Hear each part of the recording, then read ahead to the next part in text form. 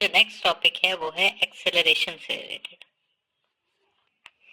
काफी easy topic है, काफी लोगों को आता भी होगा। इसमें थोड़ी सी चीजें एक्स्ट्रा जो ऐड करनी है वो मैं इंशाल्लाह कर दूंगा। तो एक्सेलरेशन क्या होता है? एक्सेलरेशन होती है हमारे पास rate of change of velocity. ठीक है, तो rate of change of velocity mathematically इसे कैसा लिखा जाता है? इसे इस तरह लिखा जाता है कि acceleration is equal to delta V divided by T, या इसे ऐसे भी लिखा जा सकता है कि final velocity minus initial velocity divided by time. अच्छा, अगर बात की जाए एक्सेलरेशन की, तो एक्सेलरेशन जो है वो हमारे पास एक वेक्टर क्वांटिटी है। यूनिट जो है वो इसका मीटर पर सेकंड स्क्वायर है, एसआई। डायमेंशन, और अगर हम एक्सेलरेशन की टाइप्स के बारे में बात करें तो एक्सेलरेशन को ब्रॉडली दो टाइप्स में क्लासिफाई किया जाता है। ठीक है, एक को हम कह देते हैं पॉजिटिव एक्सेलरेशन और दूसरी को हम कह देते हैं नेगेटिव एक्सेलरेशन। पॉजिटिव एक्सेलरेशन को हम सिंपली एक्सेलरेशन भी कह देते हैं और नेगेटिव एक्सेलरेशन को कभी कभी डीसेलरेशन का नाम भी दिया जाता है।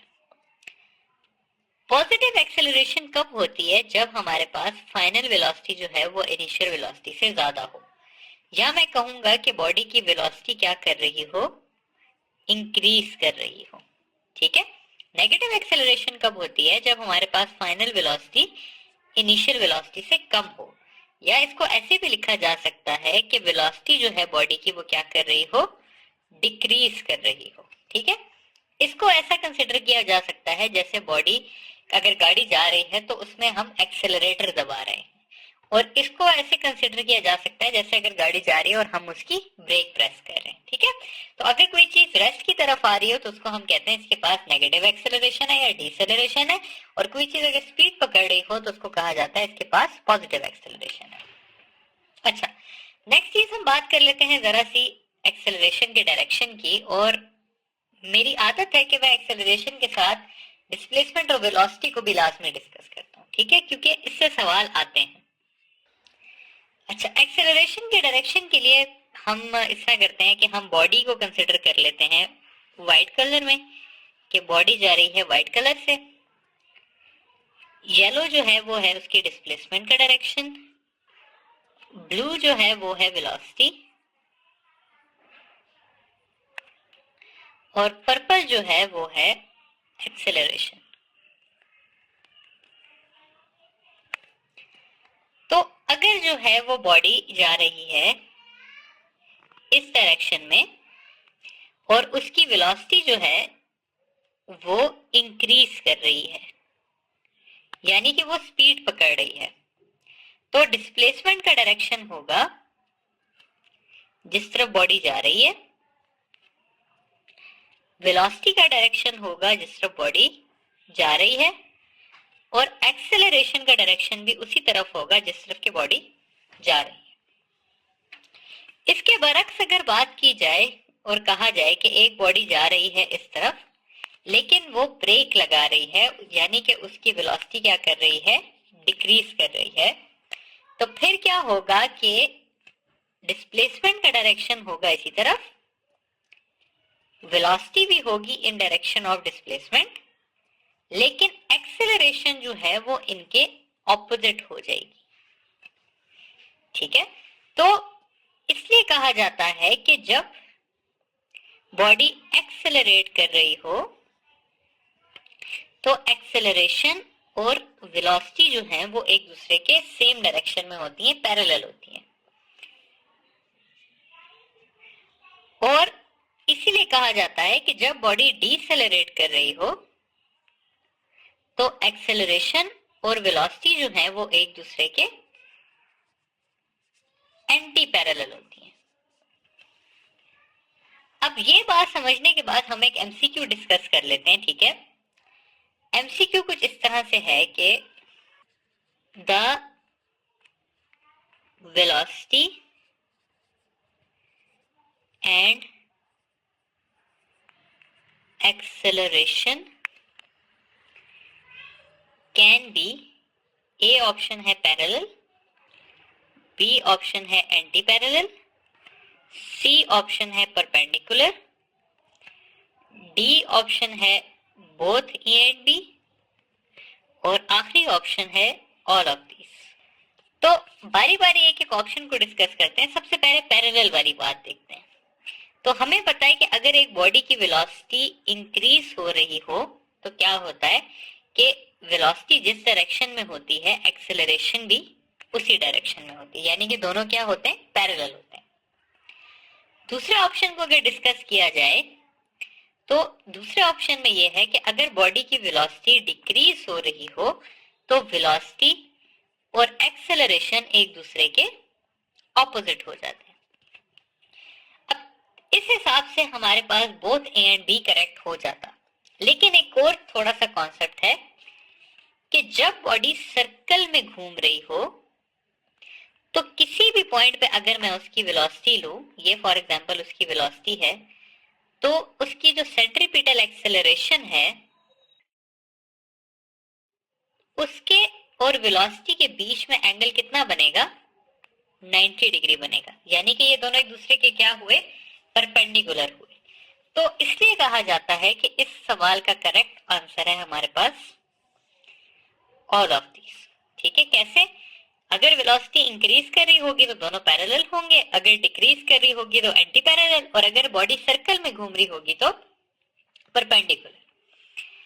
इसके बाद मैं एक और चीज आप लोगों से डिस्कस करना चाहता हूं, वो है आपके पास direction in vertical motion. Vertical motion कैसे कहता हूं, इस तरह से कि एक बॉडी जो है उसको मैं ऊपर फेंकता हूं,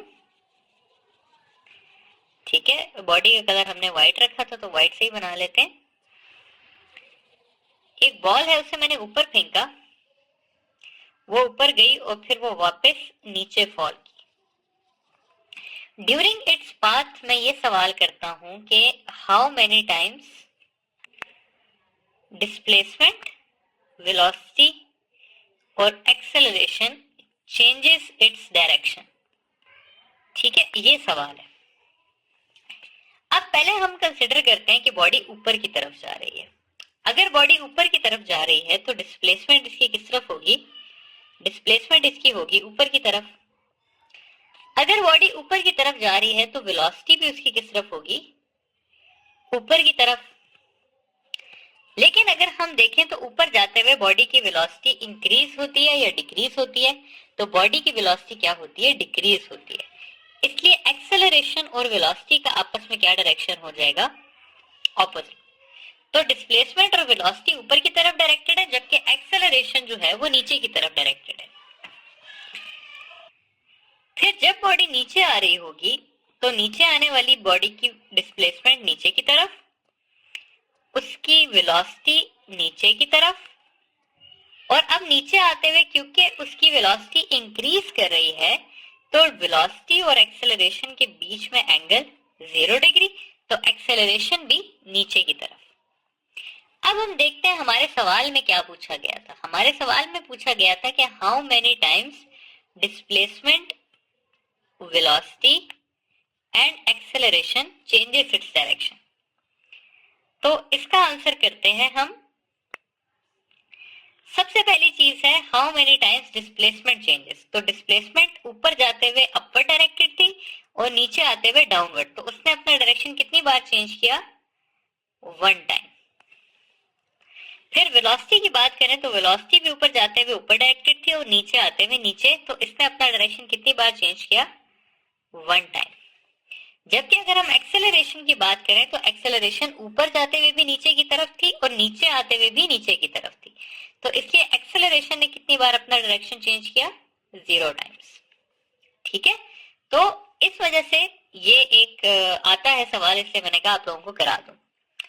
फर्दर जाते हैं हम एक्सेलरेशन की टाइप्स पे। तो एक्सेलरेशन जो है वो जिस तरह हमने वेलोसिटी की टाइप्स बनाई थी तो उसमें एक्सेलरेशन की भी टाइप्स हैं, जिसमें सबसे पहली टाइप आ जाती है यूनिफॉर्म एक्सेलरेशन। अच्छा, तो यूनिफॉर्म एक्सेलरेशन के बारे में कहा जाता है कि when acceleration of a body remains constant, तो बॉडी को कहा जाता है कि बॉडी किससे जा रही है, यूनिफॉर्म एक्सेलरेशन से जा रही है।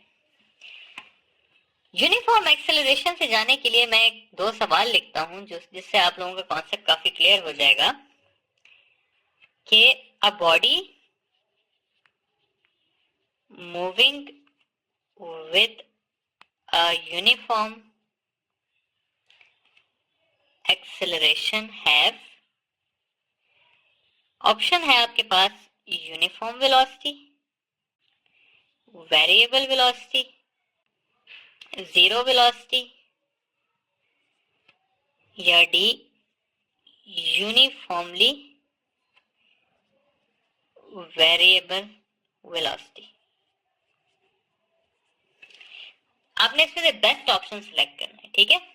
तो इसका जो करेक्ट आंसर है वो है ये कि यूनिफॉर्मली वेरिएबल वेलोसिटी। अब मुझे काफी बार इसका आंसर मिला है यूनिफॉर्म वेलोसिटी, ये वाला। देखिए स्टूडेंट्स, जो बच्चा सोच रहा है कि यूनिफॉर्म वेलोसिटी, तो यूनिफॉर्म वेलोसिटी में एक्सेलरेशन जीरो होती है, ठीक है। ये जीरो एक्सेलरेशन नहीं है, ये यूनिफॉर्म एक्सेलरेशन का पूछा गया। यूनिफॉर्म एक्सेलरेशन का मतलब क्या होता है? यूनिफॉर्म एक्सेलरेशन का ये मतलब होता है कि एक बॉडी जो है वो स्टार्ट हुई है जीरो से, जीरो से वो 10 में गई है, 10 से 20 पे गई है, 20 से 30 पे गई है। जीरो से 10 पे जाने में उसे 2 सेकंड्स लगे, 10 से 20 में जाने पे उसे 2 सेकंड्स लगे और 20 से 30 पे जाने में भी उसे 2 सेकंड्स लगे। तो अगर मैं फर्स्ट इंटरवल की एक्सेलरेशन निकालूं तो वो होगी 10 माइनस 0 डिवाइडेड बाई 2, सेकंड की होगी 20 माइनस 10 डिवाइडेड बाई 2, थर्ड की होगी 30 माइनस 20 डिवाइडेड बाई 2, और हर एक का आंसर आपको मिलेगा 5 मीटर पर सेकंड स्क्वायर। इसका भी मिलेगा 5 मीटर पर सेकंड स्क्वायर और इसका भी मिलेगा 5 मीटर पर सेकंड स्क्वायर। तो यहां पर अगर आप देखें तो यहां पर वेलोसिटी कांस्टेंट नहीं है, लेकिन वेलोसिटी यूनिफॉर्मली इंक्रीज कर रही है, यानी कि हर 2 सेकंड के बाद 10 का इंक्रीज आ रहा है। तो इसको कहा जाता है यूनिफॉर्म एक्सेलरेशन। अच्छा, यूनिफॉर्म एक्सेलरेशन के बारे में एक और सवाल आता है कि यूनिफॉर्म एक्सेलरेशन की फोर्स कैसी होती है? यूनिफॉर्म एक्सेलरेशन की फोर्स कैसे होती है? जीरो होती है, वेरिएबल होती है या यूनिफॉर्म होती है? तो यूनिफॉर्म एक्सेलरेशन के लिए हमें यूनिफॉर्म फोर्स की जरूरत होती है, ठीक है। तो अगेन दो जो कॉमन चीजें से पूछी जाती हैं कि यूनिफॉर्म एक्सेलरेशन की वेलोसिटी कैसी होती है, तो वो यूनिफॉर्मली वेरिएबल होती है, और यूनिफॉर्म एक्सेलरेशन में फोर्स कैसी होती है, तो फोर्स यूनिफॉर्म होती है, ठीक है। आई होप कि ये कॉन्सेप्ट क्लियर हो गया होगा। आगे जाते हैं वेरिएबल एक्सेलरेशन पे, तो वो करना अब आप लोगों के लिए कदरन आसान होगा। तो वेरिएबल एक्सेलरेशन को डिस्कस कर लेते हैं। वेरिएबल एक्सेलरेशन क्या है कि when acceleration of a body is changing, तो उसको कहा जाता है वेरिएबल एक्सेलरेशन। अगेन एक सवाल से करते हैं इसको कि when a body is moving with variable acceleration, it has uniform velocity, variable velocity,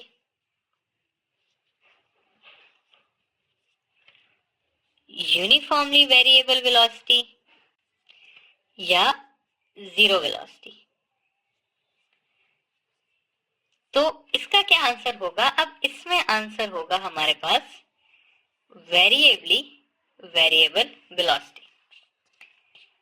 अच्छा, अब इसको किस तरह से हम समझाऊंगा? इसको इस तरह से समझाया जा सकता है कि एक बॉडी जाती है जीरो से, वो जाती है 10 पे, फिर वो अगले 2 सेकंड्स में जाती है 50 पे, फिर वो नेक्स्ट 2 सेकंड में आ जाती है 30 पे। तो अगर आप इनकी एक्सेलरेशन फाइंड करें तो इसका आ जाएगा 10 माइनस 0/2, तो ये हो जाएगा 5। अगर यहां पे बात करें तो 50 माइनस 10 डिवाइडेड बाई 2, तो ये हो जाएगा 20 मीटर पर सेकंड स्क्वायर। फिर आगे करें तो हो जाएगा 30 माइनस 50/2, तो ये हो जाएगा माइनस 10 मीटर पर सेकंड स्क्वायर। तो देखिए यहाँ पर 5 है, यहाँ पर 20 है, यहाँ पर -10 है, ठीक है। जबकि अगर आप पिछले में देखें तो यहाँ पर भी 5 है, यहाँ पर भी 5 है, यहाँ पर भी 5 है, ठीक है। तो इस तरह से हम कहते हैं कि ये यूनिफॉर्मली है और ये वेरिएबल है। आखिरी चीज जो वही हमने वेरिएबल में की थी कि वेरिएबल की फोर्स को देख लेते हैं। तो वेरिएबल एक्सेलरेशन के लिए हमें वेरिएबल फोर्स रिक्वायर्ड होती है और यूनिफॉर्म एक्सेलरेशन के लिए हमें यूनिफॉर्म फोर्स रिक्वायर्ड होती है। लास्ट एक्सेलरेशन की टाइप में हमारे पास है इंस्टेंटेनियस एक्सेलरेशन। अगेन एक less important topic. Instantaneous acceleration वही बात जिसने हमने वेलोसिटी में की थी कि एक्सेलरेशन ऑफ एन इंस्टेंट, ठीक है। एक लम्हे की एक्सेलरेशन को क्या कहा जाता है? इंस्टेंटेनियस एक्सेलरेशन कहा जाता है। और इंस्टेंटेनियस एक्सेलरेशन की जो इक्वेशन बनती है वो ये बनती है कि एक्सेलरेशन लिमिट हम लगा देते हैं कि टाइम 0 की तरफ जा रहा है और वही delta v by delta t। तो ये हो गई इंस्टेंटेनियस एक्सेलरेशन और एक्सेलरेशन का टॉपिक एंड को हो गया। चलिए, थैंक यू।